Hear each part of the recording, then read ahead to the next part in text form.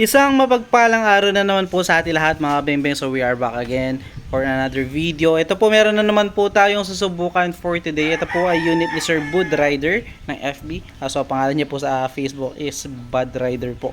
So unit po niya is customized manlapat pistol rifle po na 27 inches long barrel po. So pina-customize niya po ito mga kabengbeng. And also pati yung tank niya pinahaba po kasi yung standard na tank ng pistol rifle is mas maliit, hanggang dito lang. So pinahabaan dahil mas pinahabaan din po yung kanyang barrel po, no? So ayan po yung ating malapat pistol rifle na CO2 27 inches and pinahaba yung tanke. So sa madaling salita, customized po siya, no? Napakaganda po talaga yan, no? So ito po, syempre susubukan natin yan mga kabengbeng. Astro 18 po pala yung ating gagamitin na bala dito mga kabengbeng. So nakikita ko napakaganda tumama sa Astro 18. Then yun, naka-BSA black powder 4x16x44. Then yung ating signature na manlapat safety lock na gold, ayan mga kabengbeng. So tara, subukan po natin. Papalagay ko na natin side cam. So subukan natin sa 15 meters grouping test natin using Astro 18 pellets po, no? So ito, the moment of truth po. Subukan natin itong ating unit. So again, sa mga naghahanap po ng side cam, yan, available po sa atin yung mga ganyang kalilinaw na side cam mga bengbeng. And also sa mga naghahanap ng unit, message nyo lang po ako sa ating Facebook account. Name na JP Sampa po. So yan, zoom natin mga bengbeng. Then test fire na po tayo.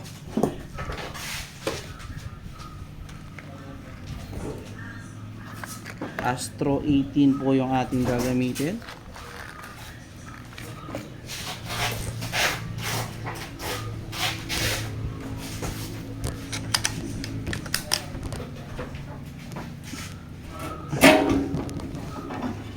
For the moment of truth mga kabengbeng, using Astro 18 pellets. First shot po using Astro 18.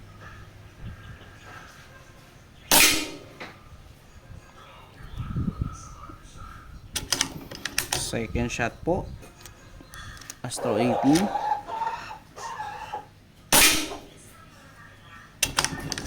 Third shot using Astro 18.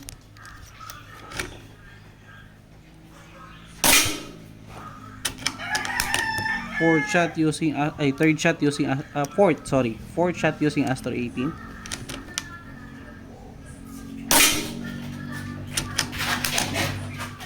Pang-lima.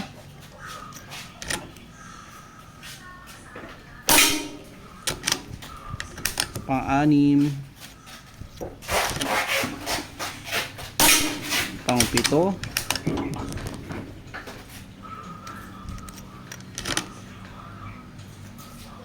Pang-walo.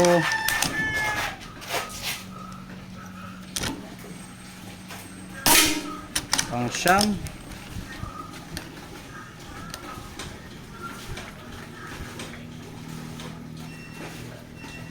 Dama bing.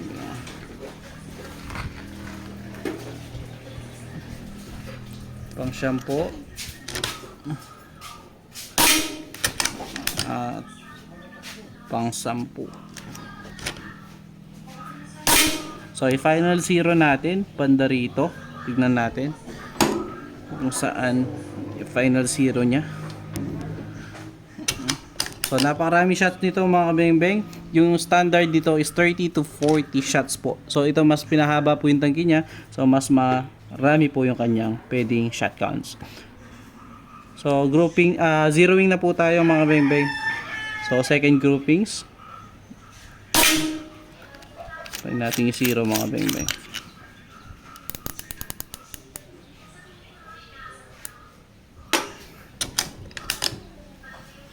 Second shot Astro 18 pa rin po. Third shot using Astro 18. Fourth shot using Astro 18. Yan, dahil naka-zero na po, napakaganda ng tumama. Lang po.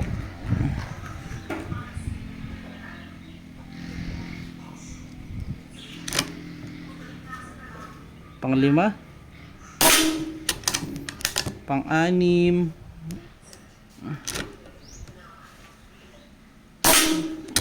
Pang-7. So yun, wala pong daya yan ha. Straight from the camera, Sir Bud Rider.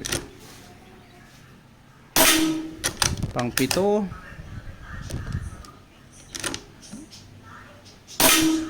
Pang-8. So yun po yung butas na yun, lumabas lang po doon, no? So exit point po yun. Pang-9 na yata yun, pang-8. Pang-9. At pang-10. So yun, lumalabas lang yung bala doon sa bandang taas po, ano.